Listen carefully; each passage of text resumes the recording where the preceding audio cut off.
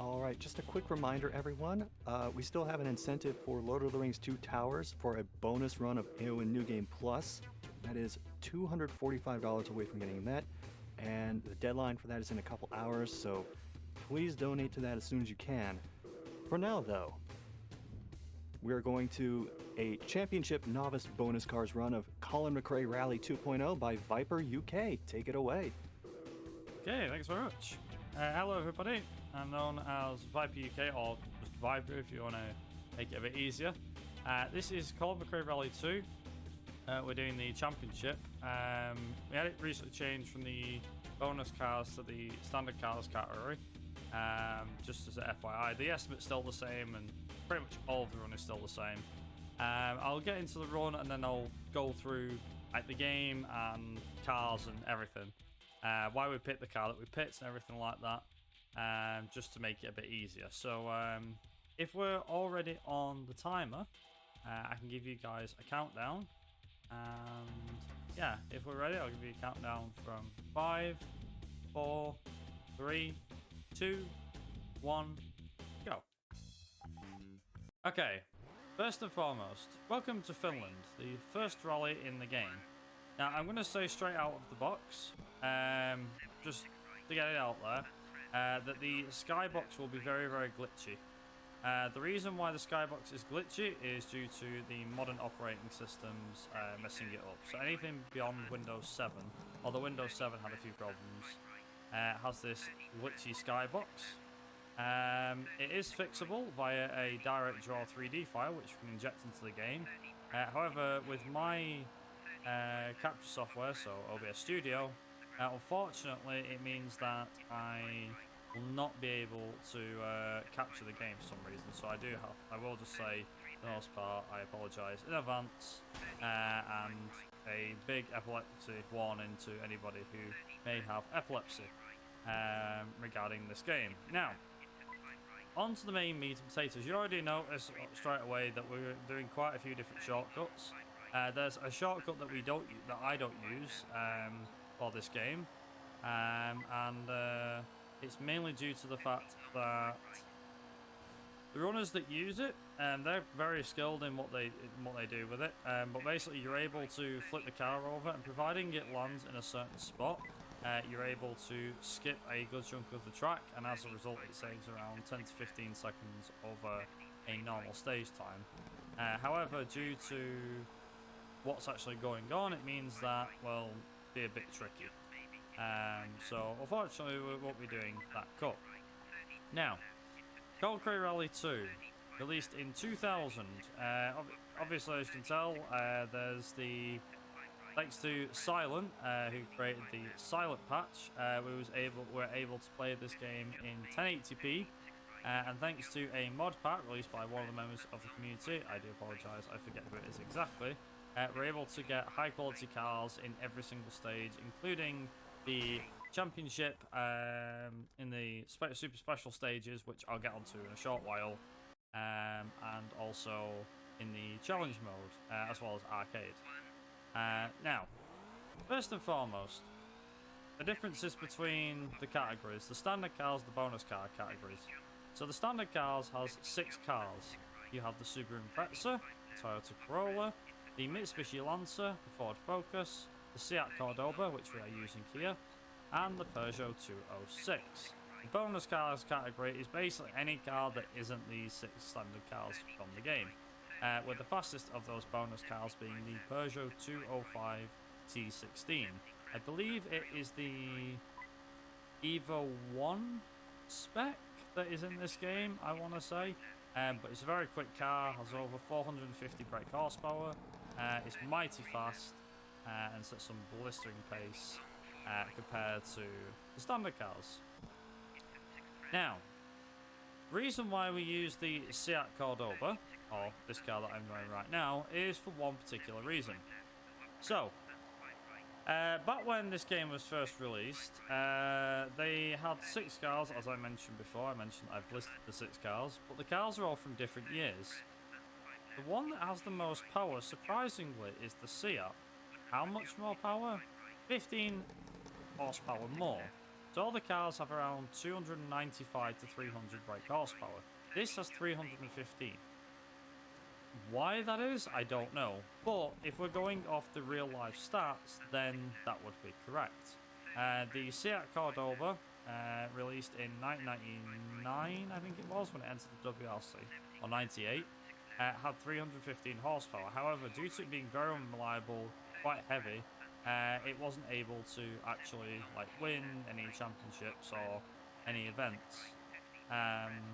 It was driven by some great drivers, but unfortunately, they weren't able to get the max potential out of the car, which is a real shame. But I digress. To kind of move on, every 2 stages, we have a service area.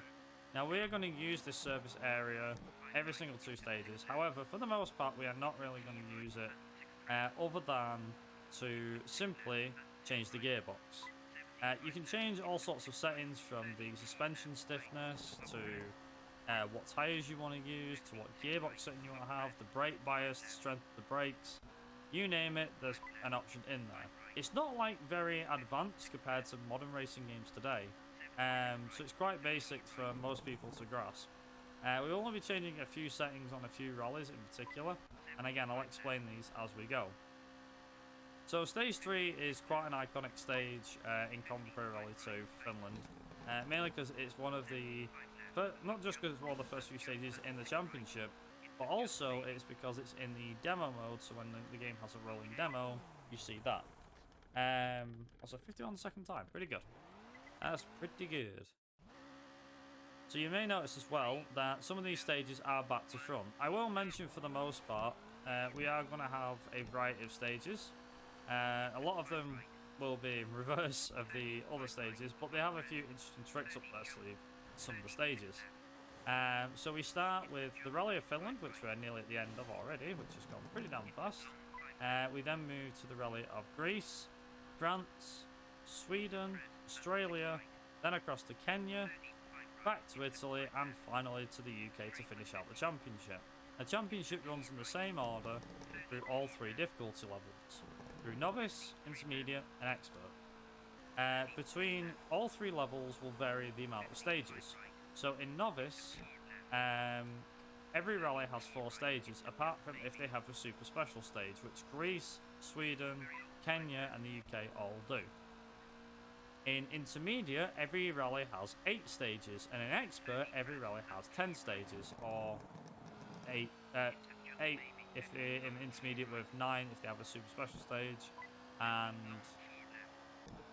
11 if they have a super special stage in the Expert difficulty. As I mentioned, there is a challenge mode to this game, which is basically the super special stages head to head. You do 4 rounds apiece, and you're able to basically beat the competition. You win them easy. That's pretty much it. There's also arcade racing, which allows for what's it called? There's also arcade racing, which is basically 3-lap races against 5 other AI opponents around each of the countries, apart from Kenya and the UK. For what reason these 2 races were not included in the arcade mode championships is beyond me. But yeah, also yes, we are just going to casually just do this. Smash the car up. It's fine because we know what we're doing. And with that, that is going to be the end of Finland. As you can see, it's a pretty quick rally, which now moves nicely on to the next rally. So the next rally is Greece. Now Greece has a very interesting skip up its sleeve, which hopefully I can pull off. So just do forgive me. So we can climb up this hill here, and we're able to go behind the bushes and stuff here, as you can see. Now after a certain point we are able to turn left here. So as you notice, we are on the edge of the map. Now the game doesn't actually want us to be up here. However, we're able to drive quite a fair bit, because this map, surprisingly, has a nice trick up its sleeve, as I mentioned before. I'll pull it off and then I'll try and pull it off and then explain what it is.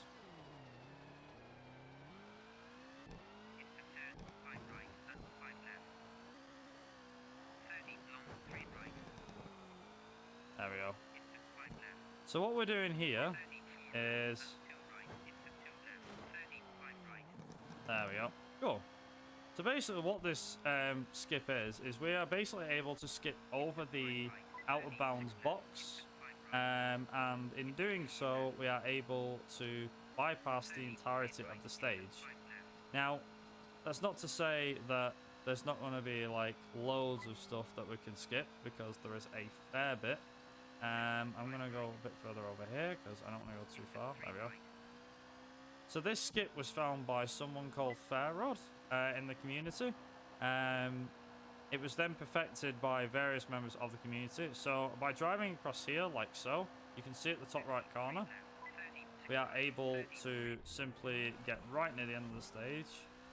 And this stage normally, by the way, just for an idea, this stage takes around 2 minutes 50, maybe 3 minutes. Yeah, we beat that over a minute faster, so this was immediately a huge time save. There's a specific like sweet spot you can hit, which will make the stage a lot faster. And there'll be various cuts that I'll try and point out as I do. For the most part, they will just kind of happen on screen, and we'll kind of go from there. Now, when this game released back in 2000, it released with 2 versions. There was version 1.0, which was the Black Label PlayStation release, and the version 1.1, which was the Platinum release, or Greatest Hits release, I believe, if it's in the US. So, when it came to making this game, there was one specific difference. Now, luckily, PC also got the same treatment. Why this change was made, we have no idea, but basically, the main difference you can tell if you have version 1.0 or 1.1 is depending on what livery the Subaru is in. Now, this might sound like a bizarre thing to mention, but it's an interesting set of trivia. So, in version 1.0, if you choose the Subaru Impreza will have a typical 555 Subaru racing livery, similar to the one that Colin McRae drove in the 1998 season of the WRC. If you have version 1.1, however, you have the 1999 livery of a Japanese driver, I cannot remember his name, so I do apologise, Toshiro Arai, who raced in a Spike racing livery. Now, this, unbelievably, this, I don't mean the skip, but this was the main way you could actually tell which version you were running of the game. Also, that skip does save about 2 or 3 seconds overall.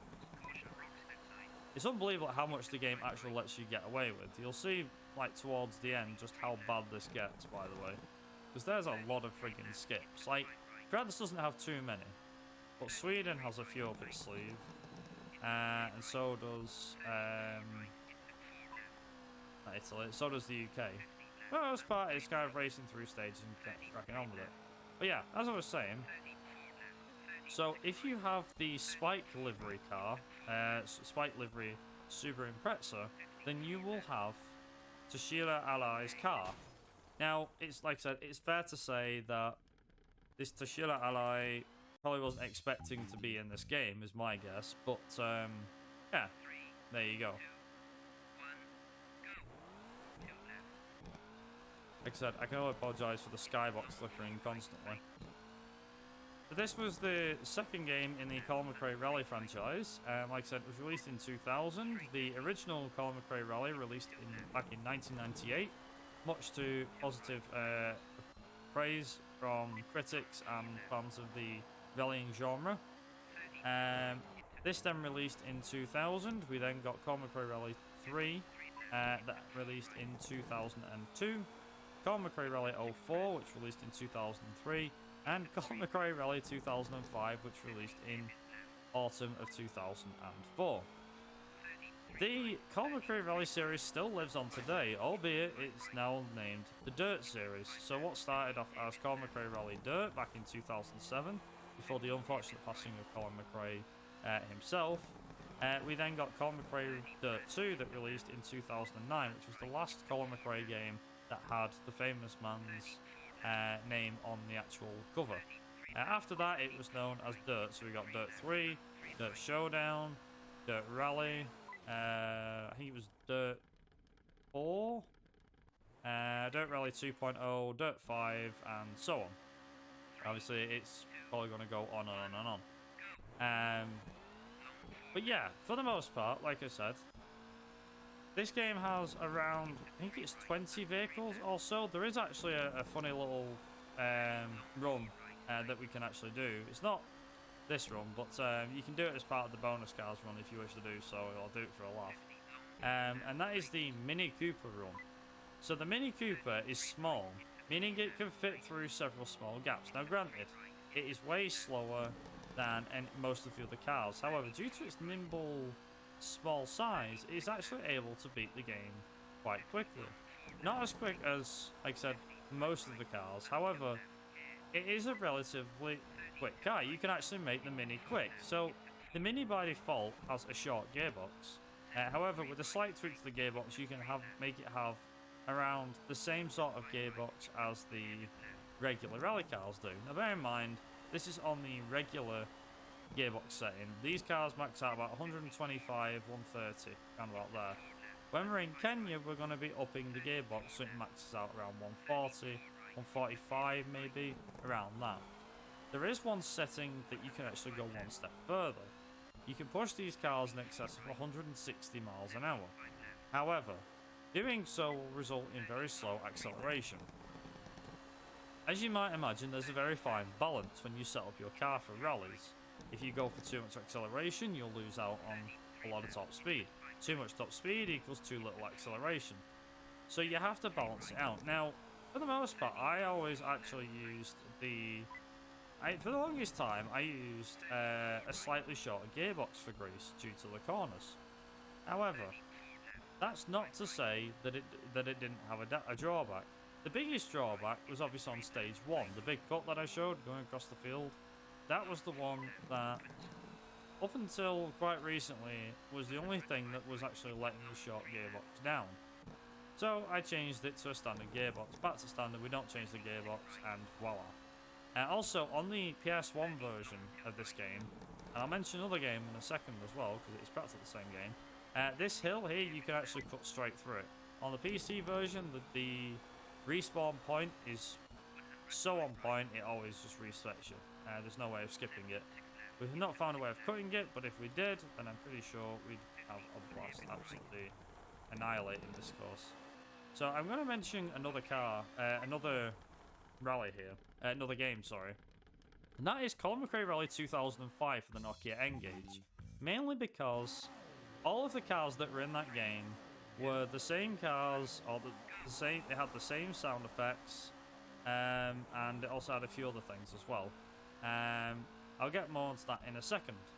But we're coming to the end of Greece. Now immediately you're noticing, hang on a minute, Viper's going the wrong way. Why is that? Well, a few years ago, somebody found out, by the name of Zorkov, found out that because of how big an advantage we got through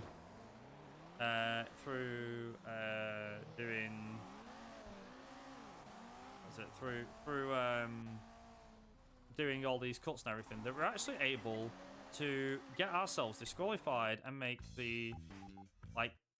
this a lot easier, which is really, really good.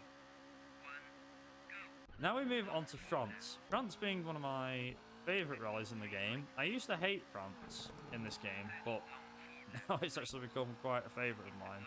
I call it Tarmac Heaven. For others, it's Tarmac Hell. Mainly because I'm quite quick at it.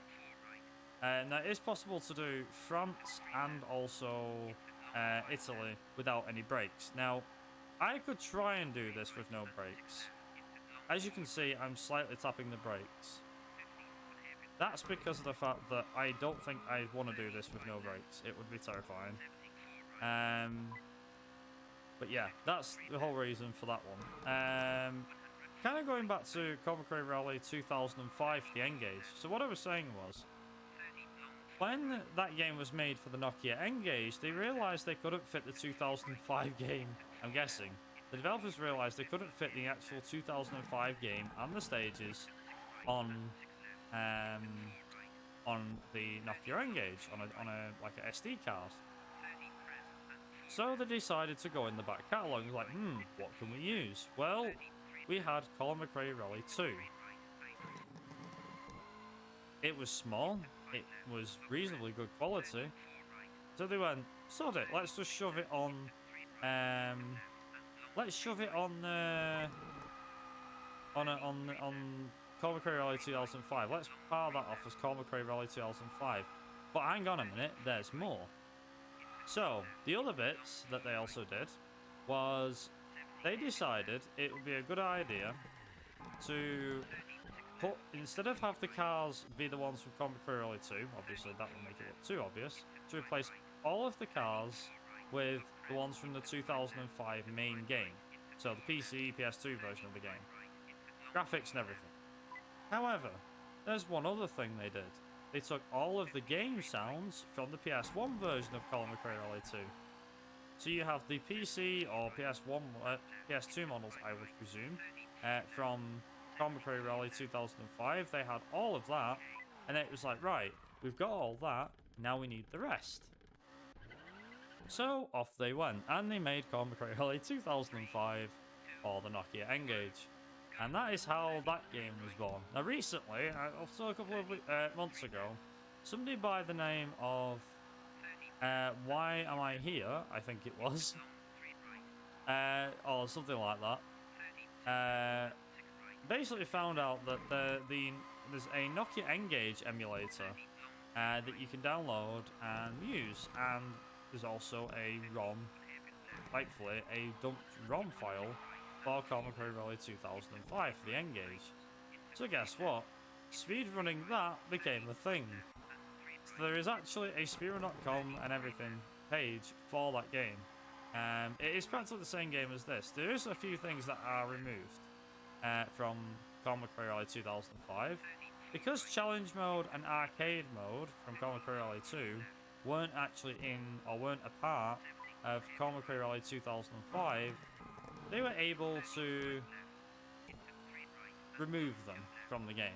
They did actually remove them, there's no way of getting them back. They also decided to remove the super special stages, which surprisingly removes some of the challenge of the game, because if you take the super special stages away, it means that, well, basically you're going to have a really easy time beating the entire game. Not only that, the only mode that is in that game there's the championship mode, single rally, single stage, and time trial. These are all the same game modes that are in Colin McRae Rally 2. Championship being the main form of progression in the game. That's it. Most of the cars that you can unlock are from the 2005 game, with some of the cars taking the sounds from, like I said, all car sounds were from the PS1 version of Colin McRae Rally 2. Interesting little game, really. But anyway, I digress. Back to Colin McRae Rally 2, the game in question that we are playing. As I said, the bonus cars category entails of using the fastest cars in the game. And there's two that come to mind that you could use. The one that I would recommend is the fastest one, because it's not too bad. Fastest one being the Peugeot 205 T16. And like I said, I believe it's the Evo 1 model. The other car that you can get is the MG Metro 6R4. Now, the MG Metro 6R4, as a whole, is a great game, great car, sorry, to use. However, it is a bit of a handful, mainly because of the fact that it's rear-wheel drive. Now, I believe the Peugeot is kind of rear-wheel drive, although it's more four-wheel drive than rear-wheel. It is a fun car to throw around the stages, albeit it's very quick. Like I said, 450 plus horsepower. Both cars are very quick. The Peugeot is easily the fastest car in the game over the MG, mainly because I think the MG has 410 brake or something, and I think the Peugeot was like 480, 500 maybe, something like that. For those that aren't up to where on rallying war, the Peugeot 205 was part of a era in rallying known as the Group B era. Tragically came to an end at the Tour de Corse from 1986 after Henry Toivonen's Lancia Delta S4 flew off the side of a mountain, killed several spectators, and blew up, killing Toivonen and his co-driver, who were inside, as it ruptured the fuel tank. It was a real tragedy, and it was what caused the end of an iconic era. But that iconic era is still held in high regards today, due to how crazy, not just the cars were, but how crazy the drivers were. There's a famous story where Ari Vatanen and Walter Roll, who were legends of the Group B era back then, and still are to this day, they're still legends of rallying, had a fierce battle in Monte Carlo, I believe it was in 1984, where Ari Vatanen went on the snow tyres and Walter Roll went on the ice tyres, and it was something like he was like 2 minutes behind or something. This was Vatanen, so in his Peugeot he was like 2 minutes behind, but he caught up and took Walter Roll and had like a 3-minute gap. But then once he got off the ice and snow, he was then on tarmac, which was where Walter could come into his own. However, he managed to do just enough to hold him off. I think he won by about 40 seconds, which in rallying sounds like a huge gap. In any other sport like F1, for example, 40 seconds is a huge gap. In rallying, it's actually not as big as you might think. If it's minutes, that's the kind of level of dominance we're talking. Minutes is what you're looking at as dominant. But yeah. So that's the group era. Like I said, it ran from 1983, I believe, up until 1986, where, like I said, due to Henry Toivonen's crash, it killed off the series for good. However, that's not to say Group B didn't have its own. It wasn't the end of the Group B era. In fact, the Group B era actually lived on for a couple more years, thanks to most of the designers, including Ford, who had built the Ford RS200, but couldn't use it in rallying because the Group B era got killed off at this point. They basically turned around and was like, right, we can't use our car for rallying, what can we use it for? Rallycross. The power will have to be toned down a bit, and so an iconic version of Rallycross was born. Rallycross stepped into a whole new age. Now obviously Rallycross now is absolutely mental. The cars are pushing out insane amount of power, way beyond that of what Group B is. So is the WRC. Most cars nowadays are pushing out about the same, if not slightly more power, thanks to the hybrid units that the cars are using. But if there's one thing that is iconic about rallying, it is the cars of the generations. Like you had, back in the 60s, you had the Mini Cooper S driven by Paddy Hopkirk, who unfortunately recently passed away. In the 70s, you had like the Alpine A110, or the Renault Alpine A110. The Lancia Stratos, very famous in its own right. You also had in the 80s, like I said, the Group B era, so you had the Ford Sierra Cosworth, Ford RS200, albeit it wasn't really used, but still. The Audi Quattro, the Peugeot 205, the Lancia Delta S4. As we came out of the Group B era and entered the 90s, then some of the more iconic cars were known, such as the Group A era and Group N era of cars. Group A being the Subaru Impreza, Mitsubishi Lancer, the Toyota Celica. There was a Ford Focus. There was a fair few cars that was known during that time. The Ford Escort RS Cosworth was another one. Mitsubishi Galant. There was a lot of different cars that was known. As we got into like the early 2000s, obviously you started to see like a more modern version of the Subaru Impreza, a more modern version of Mitsubishi Lancer. Skoda joined the fray. Hyundai joined the fray. Who else? We had like similar manufacturers such as Proton that also joined the fray. Also, with that being said, that is France out of the way. My favourite rally over in a flash. We now move on to Sweden. Now Sweden can be quite an interesting rally for one of several reasons. So Sweden has two unique tricks hidden up its sleeve. Not just because we have the super special stage at the end of Sweden, but it also has very interesting, two or three very interesting techniques up its sleeve. Now there is a few shortcuts in this rally, I will not lie to you. Two of them are found in, one is found in stage 2, which is coming next, and the other one is stage 4. Now, Stage 2's one is more significant. In fact, it's very significant because of the fact that the cut that is going to be used in Stage 2 has actually been around for quite a while. It was found quite a few years ago by a guy called Zorkov. Now, I will mention for the most part, the record for this game has come down significantly in recent years, but back when I first started speedrunning about 6-7 years ago, I want to say, and I first got into Colin McRae Rally 2, I was first running this game on the PS1. Everyone else was running PC. When I started running PC, I was a lot quicker. So if you're going to run any version of this game, run the PC version. The PS1 version is very slow. Speaking of the PS1 version, this is one of several games that is actually quicker if you play the PAL release rather than the NTSC release. Unsurprisingly, this is also one of them racing games where it is quicker to drive with manual gears, not automatic. I've not mentioned that yet. Automatic is a bit slower than manual here.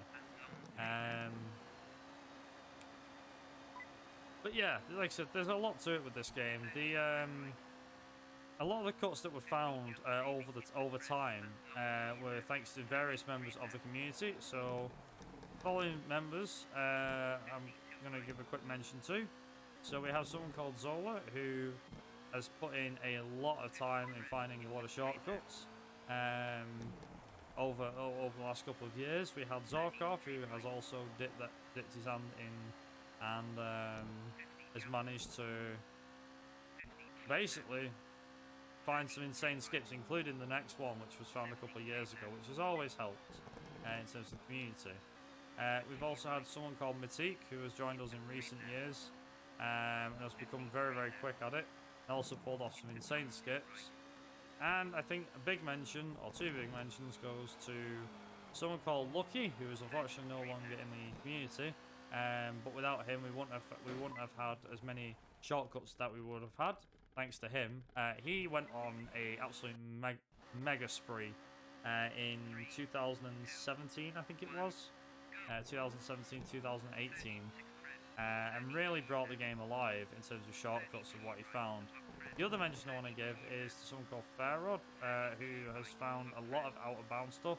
Some of it has been useful, some hasn't, but some of the useful cuts have been found by him, and has been altered and edited so that we can, changed by some members of the community so we can actually use them in a speed run. But yeah, so there has been a fair few people that have made this game come down in terms of length. Now, the cut I'm mentioning here, or the one that's coming up in a second, is something called Ice Skip. Now, this is something that Zorkov found a couple of years ago. I'm hoping I get it. So, do excuse me.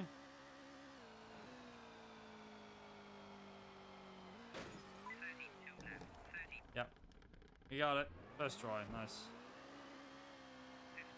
So, basically what we did there is we flipped the car over and we was able to skip ahead of a load of different checkpoints.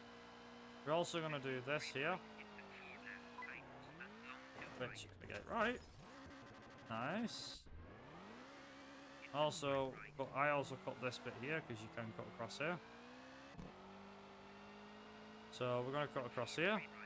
This is all like a side part of the skip if you want to do it. You don't have to. Now the ice skip is actually quite tricky to pull off. If you can get a good line and practice it a lot, it saves a hell of a lot of time. So that ice skip saves us around, I believe it's like 30 seconds. So originally the ice skip was, you flip over at the first place I flipped over, and then there was a second part which was literally just a bit further on, you do the rest by a car. However, we found out there was an easier spot that if you flip the car over would save you an extra like 3 or 4 seconds, which was absolutely insane. It was pretty friggin' awesome, but yeah, it was absolutely insane. It was so cool. So yeah, also 214, nice. The best time I've managed to get on that was a 211. I've never managed to get anything higher than that. But yeah, that's pretty good. I also haven't mentioned this yet, so one great fact about this game is the simple fact that So this is the only game in the original Colin McRae Rally series, so from Colin McRae Rally 1 up until 2005, that has dynamic weather. Now what that means is, for those that don't know about what dynamic weather means, is basically the weather RNG in your runs is going to be completely random every single time. You might get really good RNG or you might get bad RNG. Most notably, the RNG comes down to what you get in Italy and what you get in the UK. Now, if you get a dry Italy, that's really good. If you get a dry UK and a dry Italy, that's like god tier. During practice the other day, I actually did manage to get a dry Italy and UK. If it rains in Italy and the UK, you're looking at losing 30 to 40 seconds alone, just because of how much slower you want to be going through stages. Like, the differences in my rally times between dry and wet is astonishing. And it can literally make or break a run. You could have the best form ever, the best run ever, and then the weather could come along and completely stuff you like that. It just, yeah, it's not nice. Yeah, you have to be very, very careful. So, also, this is something I was trying to mention. So the dynamic weather, you can see here that the screen's gone grey. No, that's not a graphical glitch. In fact, some people have this little weather thing. So if that comes on the screen, if you're able to see this and it comes on your screen, that means that there's a dynamic weather pattern about to happen. So for me, it is going to start snowing in a minute. As we progress through this level, as you'll see in a minute, there's going to be snow falling. So it's starting dry and it starts to snow. If you're in another country, it will start dry and end with rain. Now, it doesn't work going back to front, unfortunately. I hate to say. It doesn't. If it rains and then goes back to being dry again, the only way you can tell if it's going to go back to being dry is if the weather decides to do it. You won't get a heads up that it's doing that. It just happens.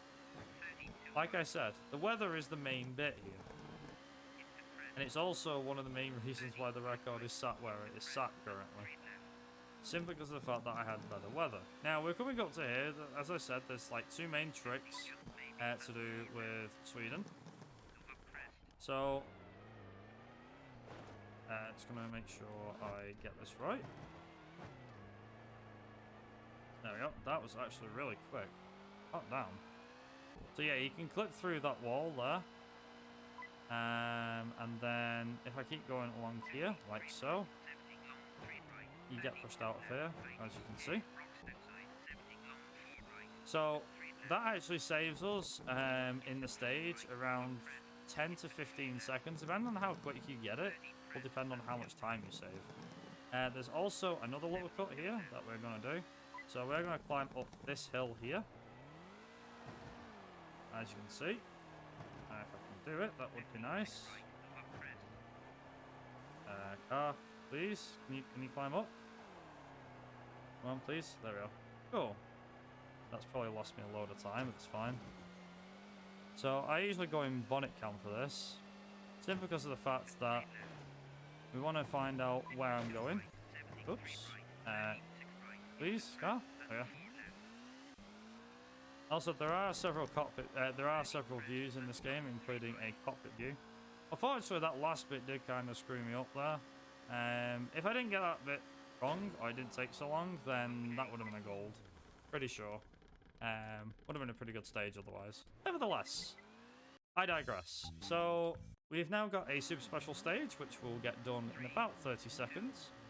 And also, with this being in effect, this is also going to be the first half of the run already done. We've already got through half of the rallies. Now, I will just say, as a heads up, Australia and Kenya are pretty much some downtime for the actual run.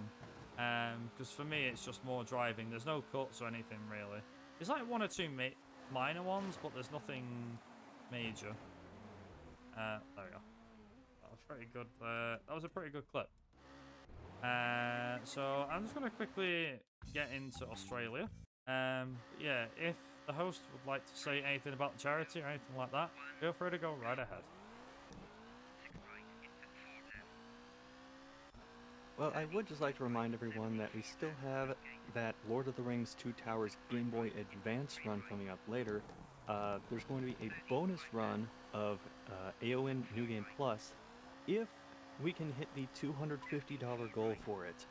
Now, we still do have some time before that run happens and the cutoff for the goal happens, but we're currently sitting at $5 out of the $250. So, yeah, donate to that sooner rather than later if you could. Thank you very much. Yeah, Also, just as an aside, go on. I love not just this game, but the little bits of rally lore that you're dropping along the way. It's much appreciated. That's alright. I think one of the best comments I've received was it was on a run that I did for ESA. I ran this game, not this particular category. It was the bonus cars category. And for the full 1 hour 20 minutes, I managed to just fill it with all sorts of stuff. And somebody put in the comments, it still makes me laugh, but it puts a smile on my face. I know I did my job when I see this. And the words were literally, "Came for the run, stayed for the trivia." So, yeah, make of that what you will.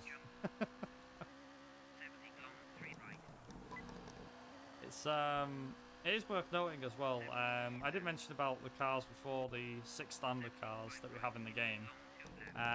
So, as I said, the fastest car being the Seat Cordoba.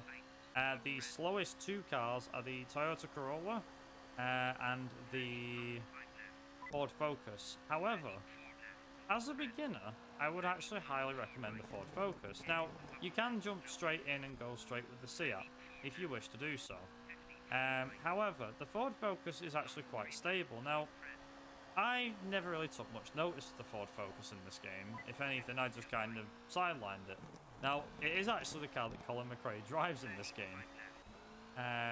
But the odd thing is that when a few people have told me, more specifically a friend of mine, a guy called Ben, who I do a British touring car podcast with, cheeky little plug for that one.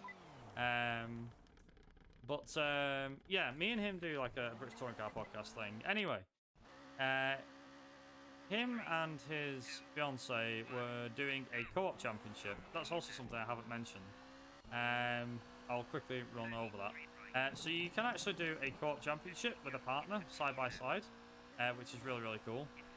You're also able to do a 4-player championship. You can't split the screen to 4 bits, but you can do alternate play, which I find fascinating. You can do, when you do a split screen game on this, by the way, you can do, when you do a 2-player game, you can do it in alternate play, where you pass the controller from one to the other, or you can do split screen.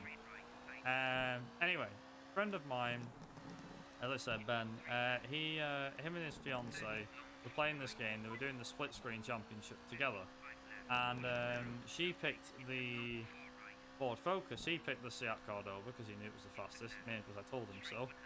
And she picked the Ford Focus, and she said she was quite comfortable driving that car because it felt very stable.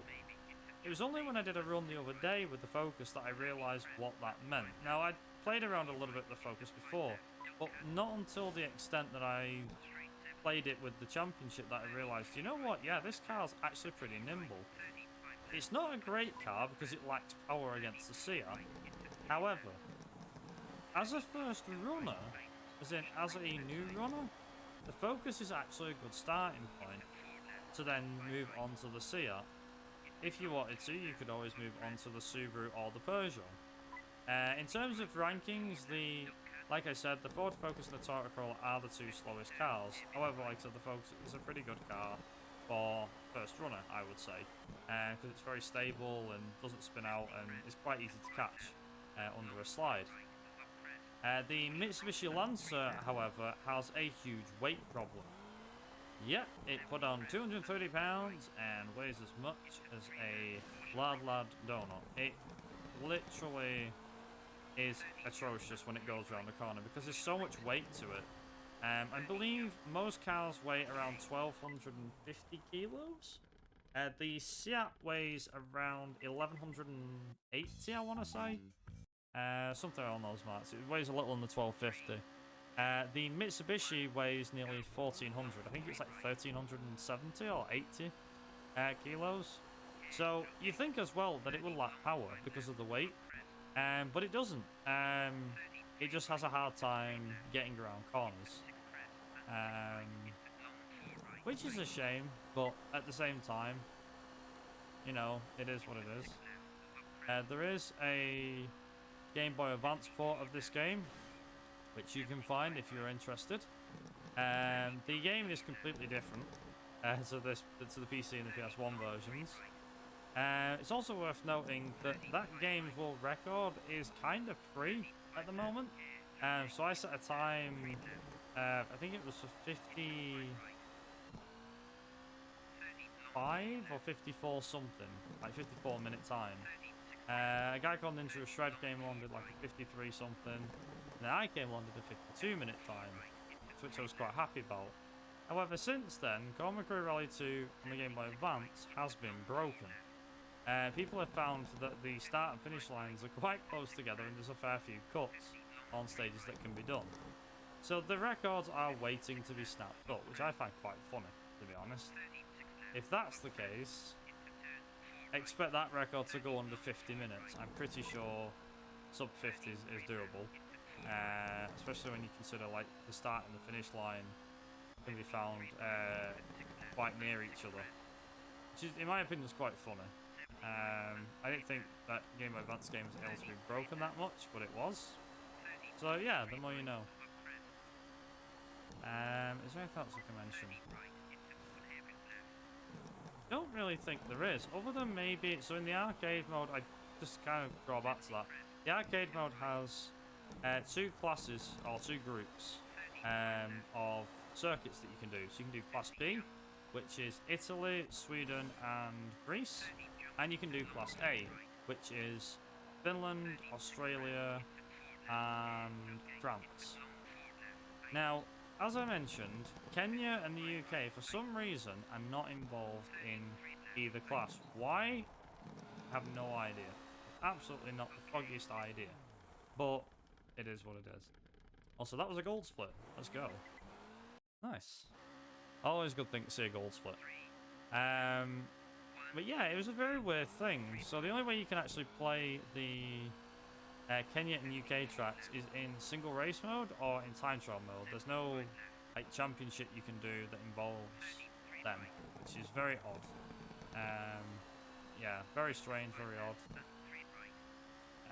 Also, we're coming to the end of Australia. As I said, this is basically the part of the run that, in my opinion, is downtime. There's not too much in terms of shortcuts or tricks or anything like that. If anything, it's like you've had enough cuts for one part. Here's like a nice little buffer before we get into it. So Kenya does have a few minor ones. However, for the most part, it's just put your foot down and go flat out. It's quite a quick rally. Australia racks in at around the 10-minute mark, whereas Kenya racks in at around the 7-minute mark, which is insane. Italy racks in around the 10-minute mark as well. However, Italy is what I would deem as tarmac hell. Also known as, in real life, the rallies would be, obviously this would be Rally Australia, you'd have the Safari Rally, which is Rally Kenya. The Italian rally is Rally San Remo. Obviously Rally GB is the UK rally. Rally Finland, that's Finland. Rally Sweden, Rally Sweden. Greece is the Acropolis Rally, and France is the Tour de Corse. There's also another thing I haven't mentioned for this game, mods. So, even though this game released back in 2000, it actually had a fair amount of mods released for it. There's a guy online, website online you can find, simply known by Rally Player, I believe it is.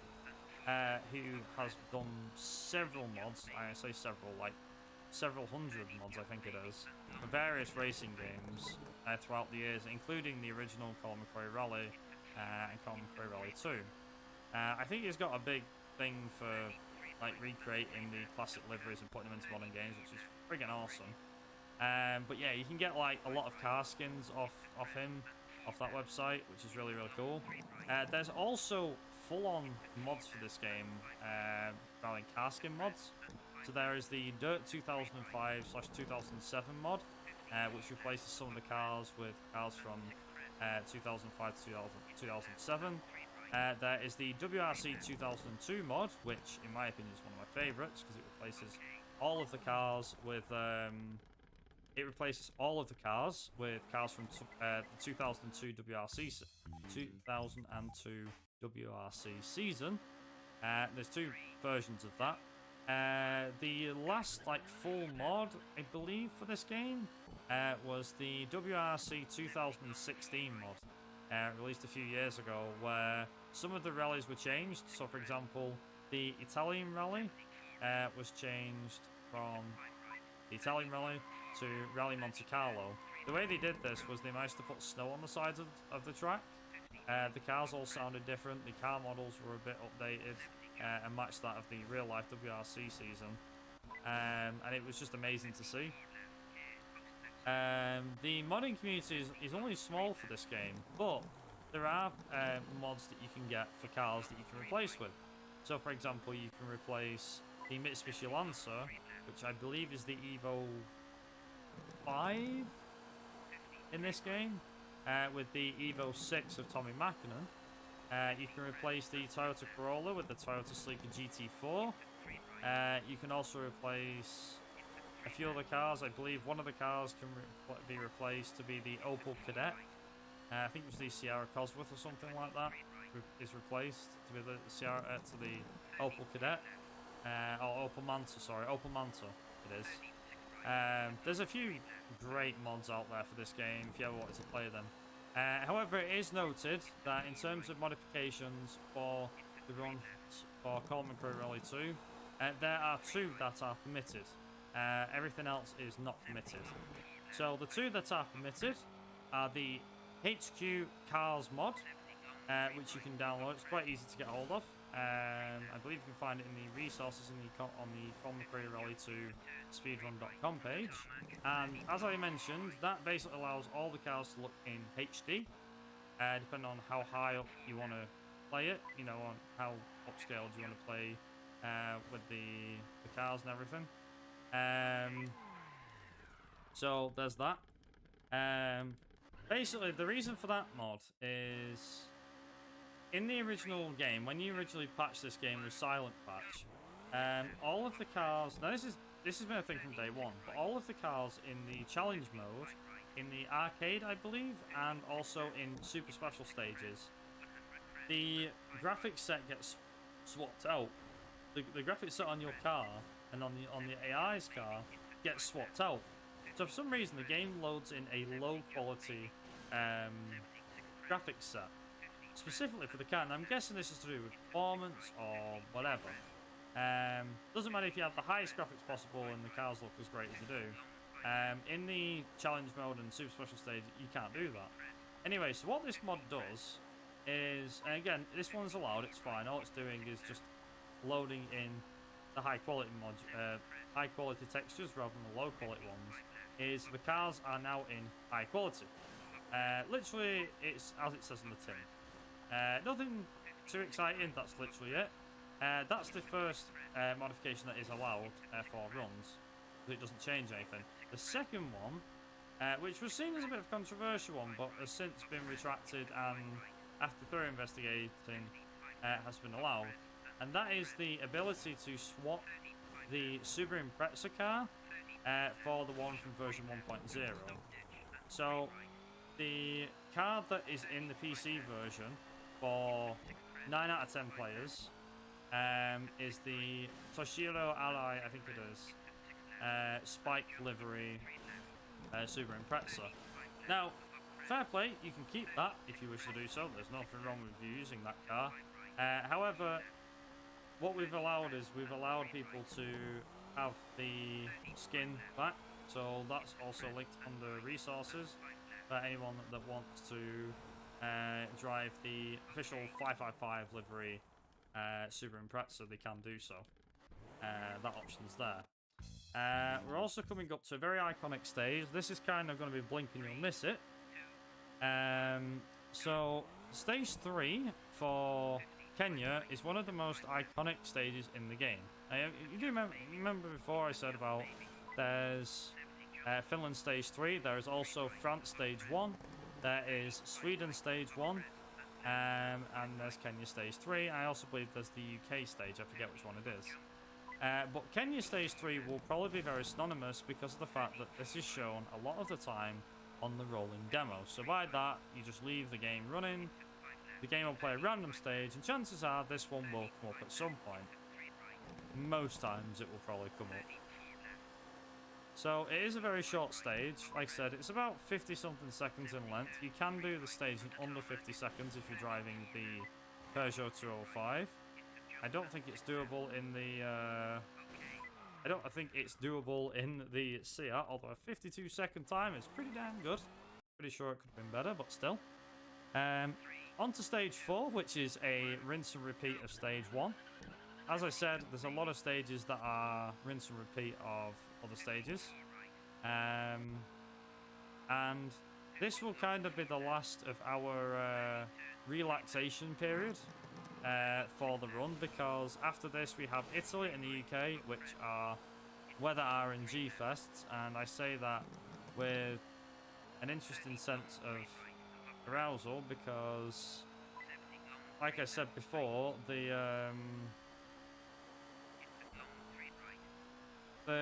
weather will have a massive impact on what times I will be doing. So altogether you can lose about a minute and a half, around about a minute and a half to 2 minutes just on bad weather RNG alone. Now, chances are we're going to get rain on at least one of the rallies. If we don't, it'll be a miracle. If we get rain on both, then that sucks and we'll just have to deal with it. Literally, in this game, you do have to deal with what you're given. And there's not a lot else to it other than you need to make sure that you're prepared. Which is why I would highly recommend, I don't think a lot of players do this already, which is why I would recommend trying to do the stages in the wet and get better at the stages in the wet. Then that way, if you do happen to get the wet weather, you can go, oh, it's alright, I've done wet weather before. And it's often something that I found has worked to my advantage. Yes, okay, it's wet. Yes, I will lose time compared to if the stages were dry. But hey, at least I don't really have to worry as much because, well, guess what? I have, you know, I have that wet weather expertise. It's fine.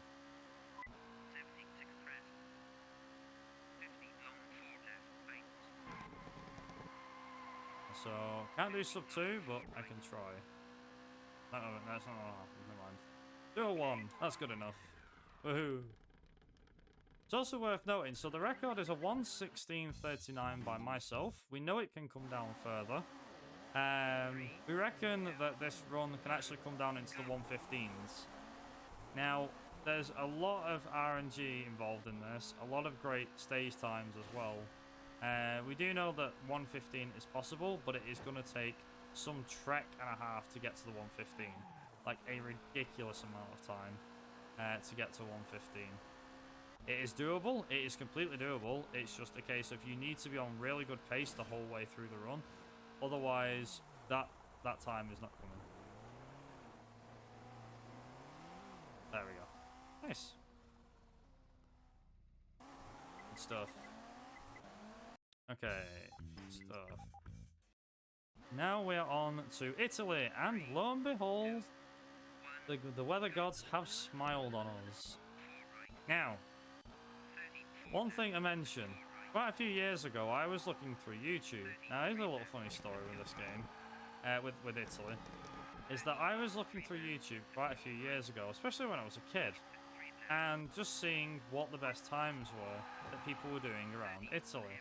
Well, I found out that there was actually a competition many years ago. There was a few guys doing a competition. And I say many years ago, we're probably talking 15 to 18 years ago, maybe longer. Maybe around the time this game released. I don't know. But basically, the idea was they were doing the Rally of Italy on expert difficulty with the Peugeot 205 and going absolutely haywire, like insanely quick. Now, it is worth mentioning, these guys were insanely quick. We're not making this up, it is insanely quick. However, stop me if you've heard this one before. Remember what I was saying before about the whole no brakes fiasco? Yeah, these guys were doing this stage, most of the stages, with no brakes. I don't mean they were touching the handbrake instead of the brake. No. There was no handbrake or brake uses whatsoever. And it's insane. The video itself isn't really around anymore. In fact, it's pretty hard to find. But if you have a look for it on YouTube, I'm sure there's a video somewhere you can find of someone doing Italy stage 1 or some stage in Italy with no brakes. And it is as batch crazy as it sounds. Believe me, I've even tried doing it myself. I've never really done it on a run before. And I won't ever dare do it on a run because God knows how bad you can screw it up. But basically, by using the right amount of engine braking, thanks to manual gears, you are able to do an insane time. It's also worth mentioning that sub 2 minutes on this stage is entirely doable, thanks to the no braking thing. So, there you go. Also, we are at stage 2.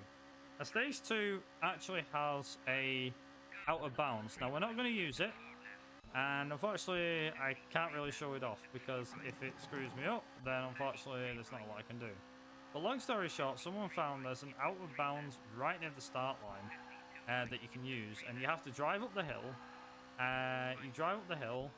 You drive behind the respawn trigger and the start-finish line, and what you're able to do is you are able to basically go completely haywire. You can do whatever you wish to do, and yeah, it's great to do because it saves, I believe, over the standard time about 10 seconds. So the ideal time that I'm looking for with this stage is around about, I'm gonna say about a 2:35, 2:36 maybe.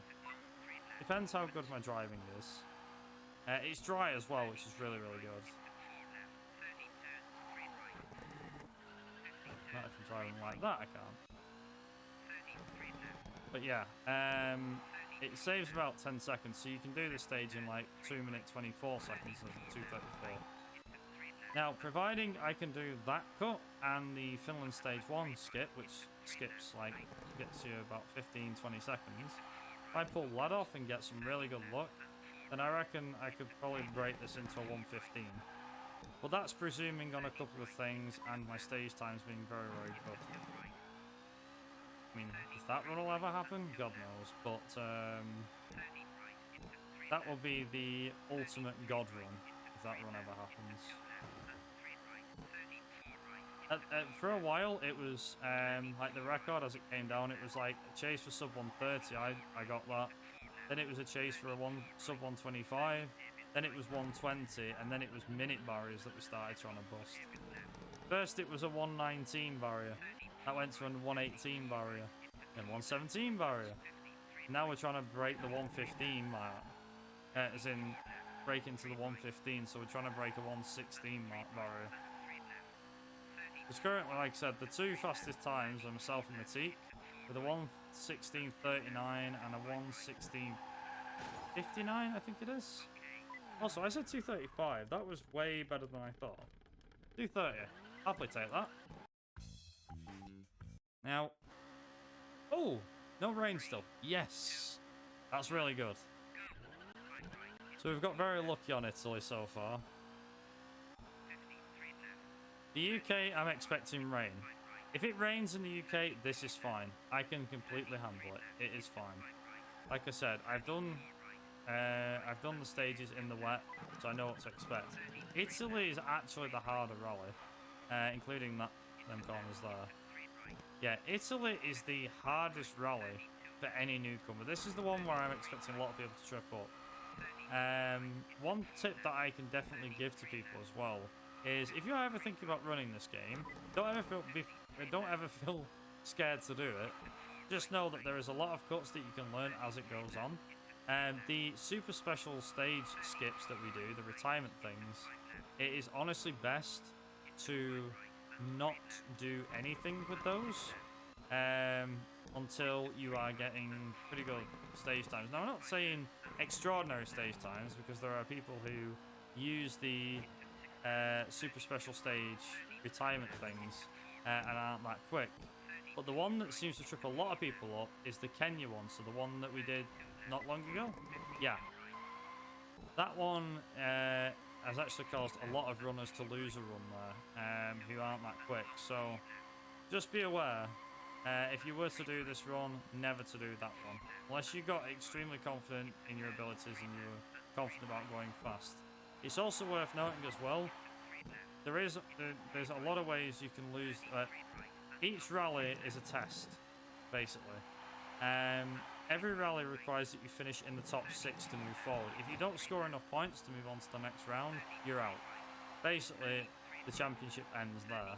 The amount of people that I saw that it ended for them in Kenya was ridiculous. Mainly because of the fact that they tried going for the super special skip, and it wasn't quite enough. The most insane skip that I've ever seen the one that I managed to get was Kenya. The super special stage thing, but it was on the expert difficulty, which for those that don't know, the AI gets, as you might imagine, the AI gets a lot more aggressive and a lot quicker. So because of that, it means, yeah, it's not great. So maybe it was this stage I was thinking of. What we're gonna get? 233? 233, nice. It's a pretty good stage 3. We finally move on to stage 4, and lo and behold, no rain. We had a completely dry Italy. Marathon luck is on my side. No rain so far. Now, it'll probably rain in the UK because I believe the chances of rain for the UK are exceedingly high. So it is possible to get a wet Finland. I believe it is there's a 60% chance it'll be dry, 40% chance of rain. As you get further up through the rallies, like Greece, it never rains in Greece really. Same with France. Sweden, whether it snows or not does not make a difference to car handling, so you should be fine there. Australia, there's a 10% chance, I believe, or 5% chance of it raining. Kenya, again, very slim chance. It has happened to some people on runs, but again, it's a very rare instance that it happens to some runners. Italy, it is about 70% chance it will be dry. Wet. A 30% chance it will be dry. And then the UK, it's like an 80 or 90% chance it will be wet. About a 10 maybe 15% chance that it will be dry. And that's not even including like the various variable weather effects you can get. I actually got quite unlucky once. I actually got fog in the UK on one particular marathon run, which was quite interesting because fog on the UK isn't as common as you think. Getting rain and dry weather or rain is very common, but in the UK, getting fog, it's not as common as you might think. Also, I'm going to get the car back on track there. Also, there are a few little minor shortcuts that we're going to do. There is one that's behind a mill, and it's also useful because some of these stages are the same backwards as they are going forwards. It means that you can do some of the same shortcuts back to front. We don't do all of them back to front, but you can do some back to front. So this cut here, which is here, this one here, that one there, saves about 5 seconds. Thereabouts on the stage. Oh dear, that was close. So the best stage time I've ever got here is like a 2:33 or something, or 2:32. No, sorry, 2:31. Honestly, for stage, that's not too bad. Anyway, with that being said, we are on to the final rally, UK. And we're greeted with dry weather. This is unbelievable marathon luck right here. If this stays dry the whole time, we could be on a very close run here to match my PB. If this busts the record, I'll be gobsmacked. I'm not expecting it to, but it would be very interesting if it did.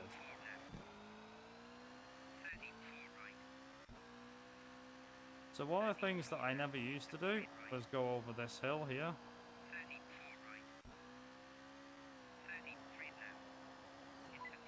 But apparently it's faster to go over that hill there. So I always have a shorter gearbox on for the UK because it's a lot easier. Like a hell of a lot easier.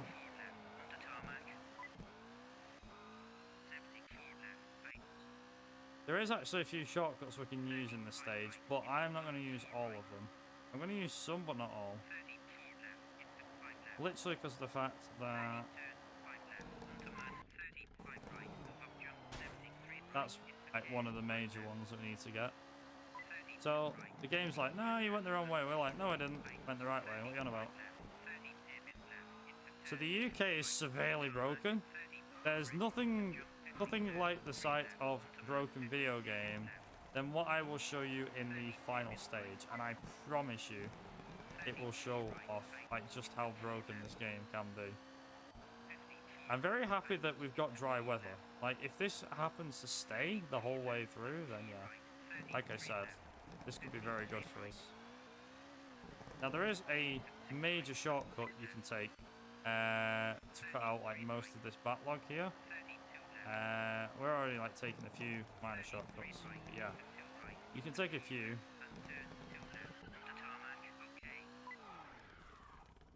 And that was a gold split too, nice.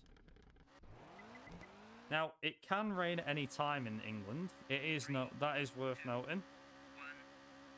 But if it stays like this, who knows what can happen.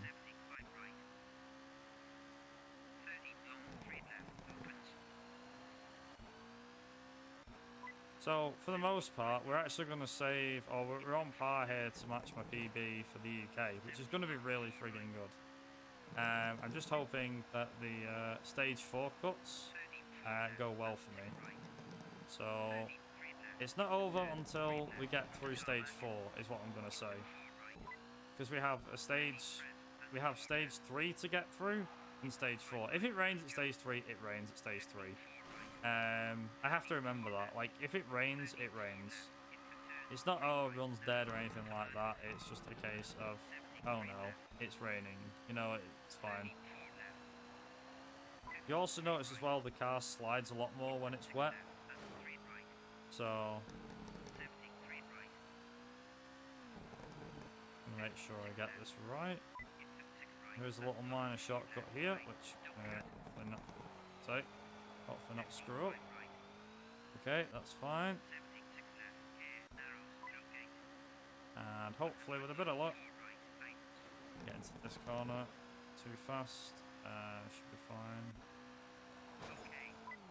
There we go. Okay, so I don't know about how stage 3 and 4 are going to be. It might be wet, it might be dry. We got dry weather. Okay, this is really, really good.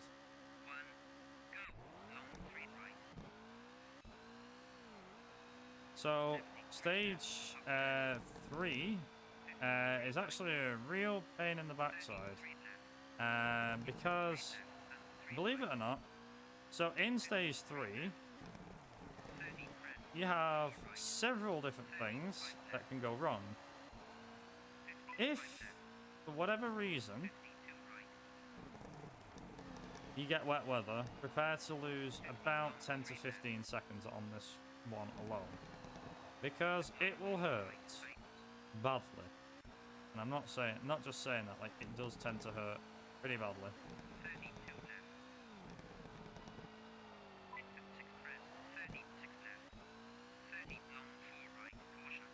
So I do apologise if I go a little bit quiet, but yeah, we have a few little minor shortcuts that we're going to pull off in this one.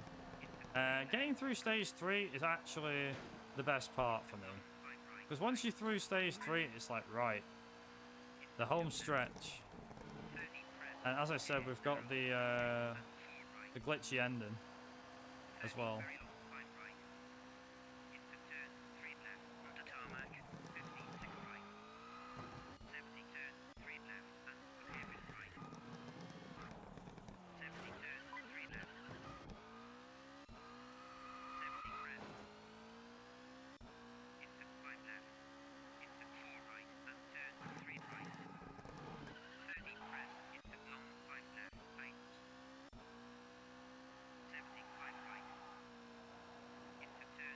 car won't.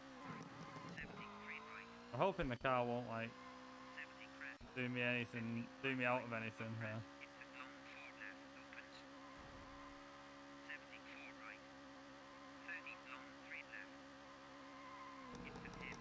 So you're supposed to take this, yeah, you're supposed to take that pretty, yeah, you're supposed to take that, like, flat out, I think, but it's like, oops, no, never mind, it's fine. It's quite funny, actually. The game wants you to go that way, and you're like, no, we're not going to go that way.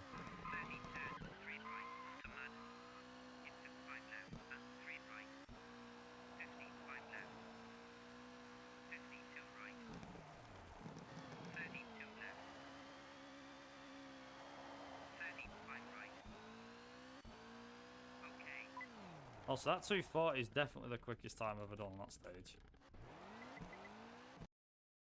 Okay. Stage 4. One of the most broken stages in the game. And here's why.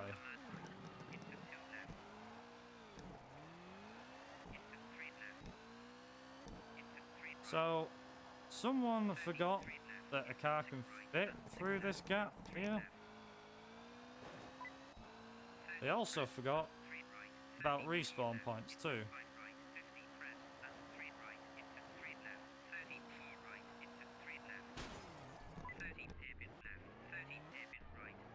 Okay, maybe not that. I hit it a bit too hard there. I'd say might lose a few seconds here, it's fine. So we've got this little party trick, which I'm hoping works. Please work fine.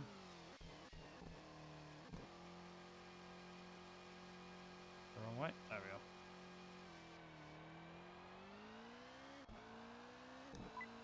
And then just go like that. Nice.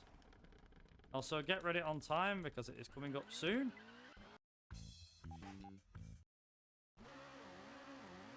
The time is going to be when I touch the car.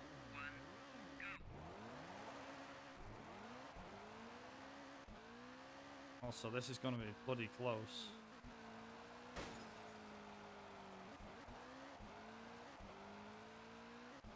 Not going to be close enough. Oh my god, this is ridiculous. There's no way.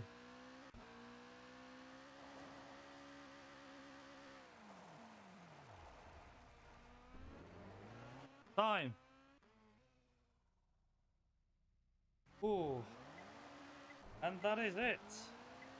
We have done. That was an insane run. Absolutely insane. To kind of prove how insane that was 2 seconds slower than my PB. That was nearly world record. If I managed to get stage 4 done correctly, that would have probably been a PB by about 1 second, maybe 2 seconds. So my timing, luckily we have an auto splitter for the game, and it starts and stops timing at the correct points. So I got a 1:16.41. The record is a 1:16.39, which for a marathon is insane. That's absolutely insane. I did not expect to be for this run to be that good.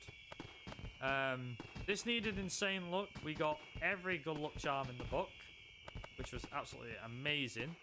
I do want to show off one last thing. So there's a bit of a broken thing. You can see here that we have the fireworks display on. So there's a broken animation. Something in the game breaks. I think it's to do with the modern systems or something. Some people have the bug, some people don't. But yeah, what happens is you're supposed to have the car goes across the screen, skids in front of the house where you can see the fireworks at the end. And then the car's supposed to stay there, and the fireworks come up and the car's in front of the house, or the fireworks going over it, and it has all the text. But they found out when it broke, nothing shows up. So if you press the change camera button, you can see your car, for some weird reason, reverses into the void, respawns, and stops a mile away, and then the fireworks start playing. It's very weird. Just to give a quick mention on this one, just to show what I was on about before. So there is actually another way of doing this. Again, I'll be very quick in showing this off. But for a beginner, you can actually do this. So you can go through these trees here. This is not like difficult to do. And then if you go over here where this barrier is, push the car in between there like that, and then just start accelerating and turning right. The car will get pushed through this wall here, and we're now out of bounds like that.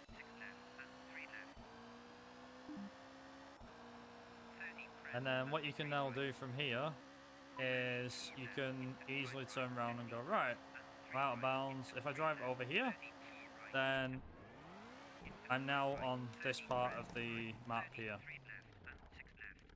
Like that. So we're miles ahead. Also, the game's trying to catch us up. But, yeah, that was Colin McRae Rally 2. Hopefully you guys enjoyed it. Like I said, whether I showed the standard cars or the bonus cars run, the run would have been the same. It just would have been with a faster car. The Peugeot 205, as I say, is a very quick car. The Seat was pretty damn quick. Just to kind of keep it within the topic of like how on the pace I was always within like a few seconds all the way through that run compared to my PB. Also, this is the part I mentioned, the arcade mode that plays. As you can see, there's an arcade where you can race all cars on tracks and everything like that. It's a really cool mode. Would definitely recommend giving it a try. There's even an arcade % category if you want to just give. If you like circuit racing, you want to give that a try, feel free to do so. There's categories, little categories for that. One of our most popular categories, aside from the championship mode, is the arcade Class B mode, which is literally just the novice race. I believe it's about 10 minutes, less than that. The record is set at around 8:21, I want to say. Basically, it's very quick. Would highly recommend as a newcomer maybe giving that a shot, because that's quite easy and an easy category to get into. If you don't feel like learning any particular cuts or anything like that, but if you want to give this a try, there's plenty of cuts to learn. There is a tutorial still in the works for this game, unfortunately, that we're still trying to get our head around because there's that much that's been found. But yeah, once that's out, obviously if you need confirmation about some certain cuts and everything like that, you can join our Discord. We do have a Colin McRae Rally speedrunning Discord. And whilst we're on the subject as well of the Colin McRae Rally series, the community runs a event which is called McRaeathon, which is run annually. We ran it earlier in June. It was a real great time. It was really fun and everything like that, and it's based around like the racing genre. So if you run a racing game, feel free to sign up for that next year when we run it again. Just thought I'd kind of sneak that in there. But on that note, thank you very much to the guys at Running for Rules for having me. And yeah, hopefully I'll see you guys again in the next event or in a future event. So thank you for having me. I'll pass it back over to the host and tech. And yeah, I will see you later. Well, thank you very much, Viper, for that run, and we will head to a quick intermission as we get the next run set up.